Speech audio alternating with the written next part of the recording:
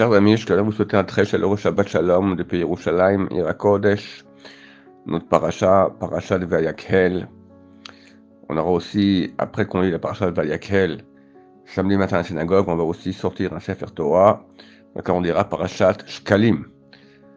C'est la première des 4 parachiotes qu'on lit le mois de Hadar, Shkalim, Zachor, Para et Chodesh. Chaque Shabbat, après la lecture, on rajoute encore ces morceaux. Il y aura un Shabbat d'arrêt entre Shkalim et Zachor, et après tous les Shabbatot, on lira ces morceaux supplémentaires. Shkalim, c'était rappeler aux Juifs d'amener le martit à shekel au temple, avec lequel on achetait l'argent des sacrifices quotidiens. Le sacrifice quotidien provient de tout Israël. Donc tout le monde donne un demi-cycle d'argent, un demi-shekel, et avec ça on achète les animaux pour les sacrifices. Il fallait que chaque année des Rosh Chodesh Nissan, on ait de l'argent nouveau, pas celui de l'année passée. Donc un mois auparavant, Rosh Chodesh Adar, ça sera dimanche et lundi ici, donc le Shabbat qui précède déjà, on rappelle comment les envoyés du tribunal rabbinique allaient dans tout le pays et rappelaient aux gens de donner le demi-cycle, et on lit dans le verset, dans la Torah, les versets relatifs au demi-cycle. Notre paracha Vayakhel parle encore de la construction du sanctuaire. Moshe Rabbeinu Vayakhel, il a réuni tout le peuple d'Israël, et avant de leur ordonner la construction du sanctuaire, il les ordonne à propos du Shabbat. Sheshet Yamim Te'aseh Malacha. 6 jours, l'action, les travaux seront faits.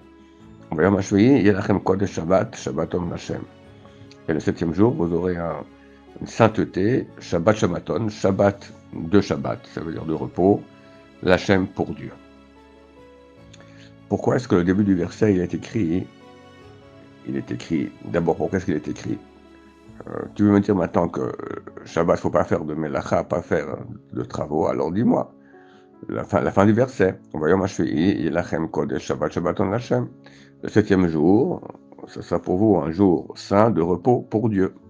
Pourquoi rajouter les mots au début? Sheshet Yamim Te'aseh Melacha. 6 jours sera faite toute melacha. Et si on ne veut pas travailler pendant les 6 jours, quoi, on est obligé? De plus, pourquoi cela est écrit au passif? C'est pas marqué tu feras ta'aseh melacha, mais te'aseh melacha. Te'aseh signifie sera faite. Durant les 6 jours seront faites toutes les melachot, tous les travaux. Pourquoi est-ce que c'est au passif et pourquoi est-ce que c'est écrit?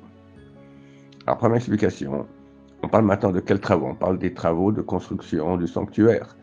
Et nous apprenons dans le traité Shabbat, les 39 travaux qui sont interdits Shabbat, on apprend cela des différents travaux, les 39 différents travaux qu'il y avait dans la construction du sanctuaire. Or, Béné Israël n'ont pas pu faire le sanctuaire tout seul. Les anges sont venus et ont fait avec eux. C'est pour ça que c'est écrit au passif. Te'aseh melacha. Les 6 jours, Te'aseh melacha sera faite. Comment? Par vous, mais avec l'accompagnement utile et nécessaire des anges. Autre explication. Si pendant les 6 premiers jours, tu travailles, et et le 7e jour, tu auras un jour de sainteté, de Shabbat pour Dieu, alors les 6 premiers jours, tu pourras travailler. Mais si Shabbat, tu fais des melachot aussi, c'est fini. Tu n'auras pas la bénédiction et tu pourras pas, le travail ne sera pas fait pendant les 6 jours. Ça veut dire, on peut aller travailler aussi les 6 jours, mais est-ce qu'il sera fait par Dieu? Nous, on veut la bénédiction divine. Alors, on nous dit au passif, 6 jours seront faits les travaux. C'est-à-dire, Dieu va venir, il va t'aider, tout ira très bien, grâce au Shabbat. Mais s'il n'y a pas le Shabbat, il n'y aura pas non plus les 6 jours où Dieu viendra et t'aidera. On raconte que le Chafetz Chaim, il partait de ville en ville pour vendre son livre. Et le Chafetz Chaim et son livre aussi Mishnah Berurah. Puis dans une ville, il est arrivé, on lui a dit, regardez, il y a un monsieur là-bas, il est très très riche, mais il travaille dans son usine Shabbat. Le Chafetz Chaim est parti seul le voir, essaie de le convaincre. Et il lui amène ce verset. Il lui dit, tu vois, si tu veux pouvoir travailler dans tes usines les 6 premiers jours, tu veux que la bénédiction divine, alors il faut que tu fasses le Shabbat. Sinon, ça ira pas. Ce riche monsieur propriétaire a dit, non, mais je peux pas. Moi, je gagne des sommes faramineuses pendant le Shabbat. J'ai des dizaines d'usines. Si je ferme, c'est un manque gagné terrible. Alors Chafetz lui dit, mais regarde, c'est écrit dans la Torah, voilà, si tu veux pouvoir travailler les 6 jours, il faut que tu fermes le 7e jour. Il dit, je ne vais pas fermer mes usines à cause d'un verset, un verset écrit dans le Chumash, dans la Torah. Chafetz était extrêmement choqué de sa façon de parler, bon, il a quitté. Quelques jours plus tard, il y a une descente du fisc chez ce propriétaire. Ils viennent dans une usine, c'était en fait une meule là-bas pour moudre du grain. Et le responsable du fisc, il glisse et tombe dans la meule et il est carrément broyé par la meule. C'était terrible.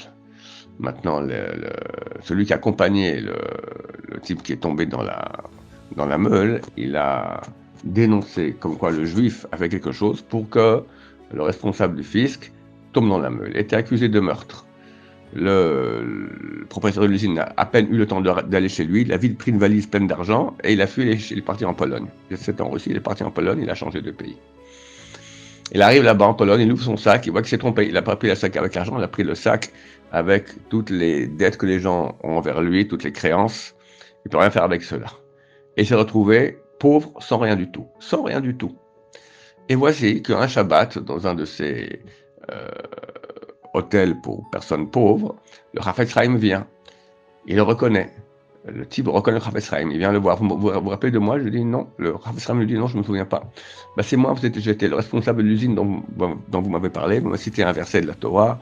Si on fait le Shabbat, alors les 6 jours seront bénis. Eh bien, je ne vous ai pas écouté. Et voilà. Maintenant, je suis devenu un pauvre type sans rien du tout. Je suis un mendiant.